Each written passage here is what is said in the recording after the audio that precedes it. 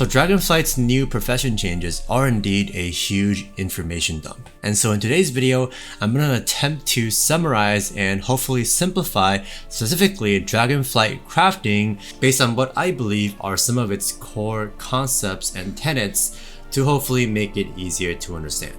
So without wasting no more time, let's jump right into things. So first of all, I believe crafting is largely revolving around a couple of things, one being skill level of your profession and the second being recipe difficulty. So as you can see on my profession recipes panel, the top orangish yellowish bar indicates my level of skill, which is currently at 100 right now, thanks to the beta having the option to help me boost it up. And then towards the right near the middle, you'll see another bar that actually shows your chances of getting a certain quality level of the crafted item that you're going to be crafting.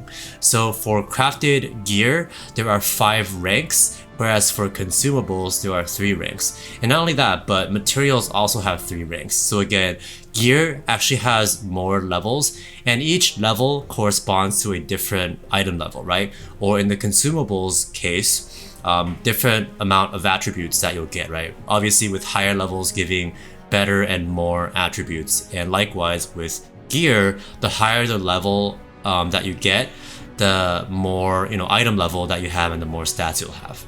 And what actually determines how high of a level of quality that you're able to craft, or your odds of crafting a certain item quality, will depend on your skill versus the recipe difficulty.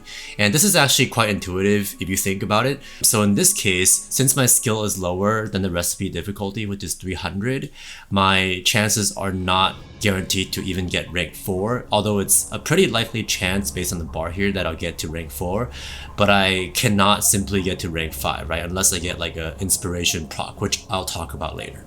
But another thing you'll notice here is that as I equip and unequip my profession tool, my blacksmithing tool, which does give me plus 10 skill, if I have it equipped, you'll notice that the bar moves to the right, giving me a higher likelihood of crafting quality 4, right?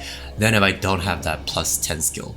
And also, plus skill can be obtained from not only leveling up your professions, but also from specializing into your profession tree, and also things like profession tools and accessories, which are the equipable items, right? Like gear for your professions, which can also grant that.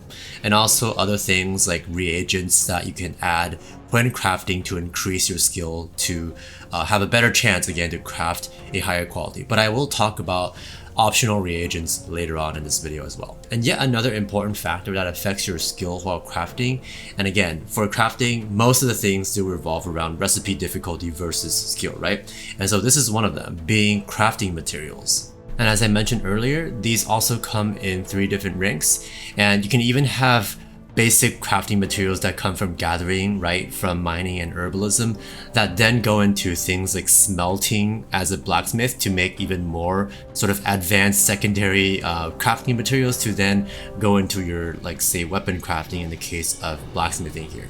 But anyhow, as you can see, when you're crafting anything that involves different ranks of crafting materials, I can actually select the number of different ranks of the ore here that I'm using, and this applies to herbs and whatever else as well, right?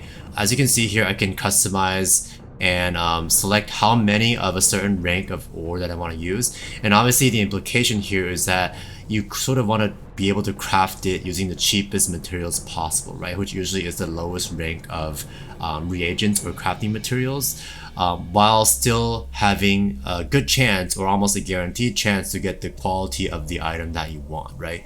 So in this case, if I want the maximum level of this crafting reagent that I'm making at rank 3, I do need to prioritize using a higher rank of materials. Although, as you can see here, even with rank 3 of both of the ore, I'm still having a pretty low chance of getting rank 3 of this alloy, although this can definitely be boosted up if I specialize further into the profession tree into, say, smelting, alloys for blacksmithing, right? Which I currently am not specialized in. I'm actually specialized in weapon crafting, specifically axes and hammers.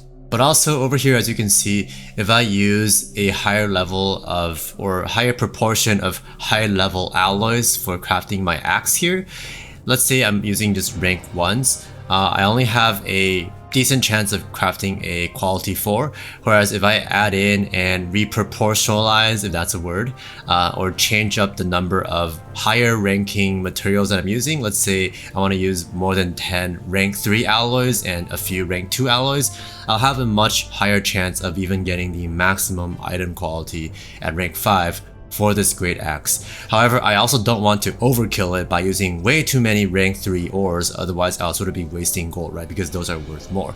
So what you want to do is to select the right number of, or sort of maximize the amount of lower ranking, cheaper quality materials to be able to still have a great chance, almost a guaranteed chance. As you can see here, my skill is 296 versus 300, so it's almost a match, giving me a near guaranteed chance of crafting a rank 5, even with using a few rank 2 alloys. Next, moving on really quick, I also want to cover crafting details. As you can see on the right sort of box, besides recipe difficulty and skill, there's also inspiration, which actually is sort of like crit chance, wherein you have a chance of getting additional skill, which again improves your chances of getting a higher quality, right? So as you can see here, with my current inspiration level, I have a chance of crafting a, with 89 more skill, a 20% chance roughly. And you can just, if you want to get the average amount, you can just multiply the amount of skill that you get, increased 89 in this case, by about 20%, right? Which gives you about 22.25-ish on average, of course. And besides that, there's also resourcefulness. Although here it doesn't specify how much resource I get returned, but essentially what it does is there's a chance of you sort of getting refunded part of your crafting materials, essentially making your crafting a bit cheaper, right? And both inspiration and resourcefulness can be improved not only through the profession gear, the tools and accessories, but also of course through the specialization trees that you will progress through. And by the way, this can be progressed through with things like daily and I believe weekly or bi-weekly activities.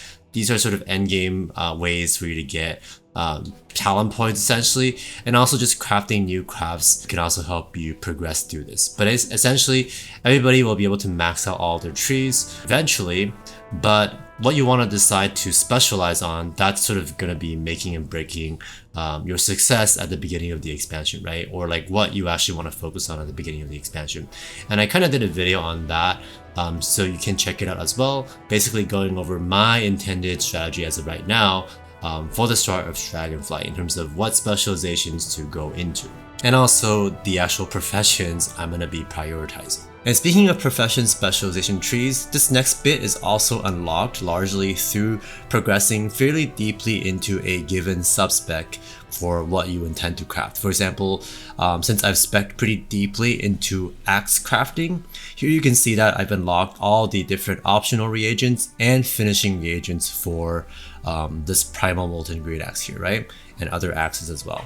But essentially you do need to specialize to be able to unlock this feature. Now, an easy way to distinguish between optional reagents and finishing reagents is that optional reagents add some sort of benefit to the item while increasing the recipe difficulty. So for example, if I wanted to add a missive here, which again, if you're familiar with the Shadowlands system, it's pretty much the same, where you can specify the secondary stats you want on the item. But in this case, in Dragonflight, it also adds to the recipe difficulty, meaning that, again, if I want to be able to craft the higher level or have better odds of crafting a higher item quality, right, which translates to item level of this item, I'll need to increase my skill to match the recipe difficulty as well, right, if I want to add these optional reagents. And there are also other optional reagents like this blue lining here, which is kind of similar to the new patch, or not new, well, patch 9.2 Xerath Mortis Shadowlands, like secondary optional reagents that give you some sort of proc or effect, which in this case also adds to recipe difficulty, right? And then as for finishing reagents, there are largely two types. One of them just gives you a small bonus to inspiration, like these fluids and stuff that can be crafted, I believe, from other professions like alchemy and inscription. And there's like this oil here, which I think will be really good at the beginning of the expansion because it actually helps you level up your profession faster. And again, In Dragonflight, this is particularly important because, again, the higher skill level you have, the higher quality of items that you'll have better odds of crafting, right? So this directly translates into, if you're able to power level your skill more with these finishing reagents, being able to craft higher quality items and thus compete better, on with crafting orders in the auction house and whatnot, right?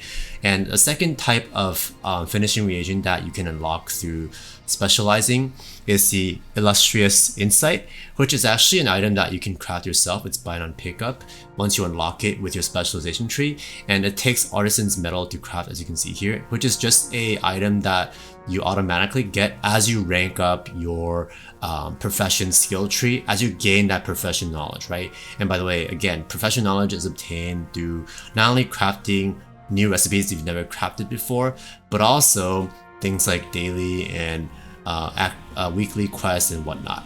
And the benefit of these Illustrious Insights is that it gives you a significant skill boost by 30, which can help you get the last leg of skill needed to match the recipe difficulty that you have, especially if you're increasing the difficulty with various optional reagents. Having this Illustrious Insight occasionally, right, everybody will guaranteed be able to get them if you specialize into your tree, because you can just trade your guaranteed resources for them, or craft them rather.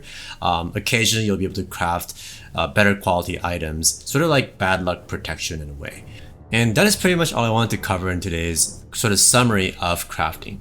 Now, I did go slightly over 10 minutes, I realized that, but to be fair, some of the video is used for providing context and explaining some other things. Not all of it was, to explain crafting specifically.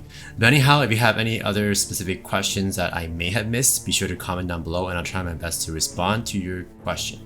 Anyhow, thank you so much for watching. Be sure to check out my previous video on what professions I'm actually going to be prioritizing and the specs I'll be going into. And also you can consider checking out my second YouTube channel where I talk about all things setting up a online business, particularly a YouTube channel if you want to start your own World of Warcraft or whatever gaming channel like I have. I'll have free tutorials on that YouTube channel for your viewing pleasure as well. And with that, thank you so much for watching, and I will catch you in the next video. Peace.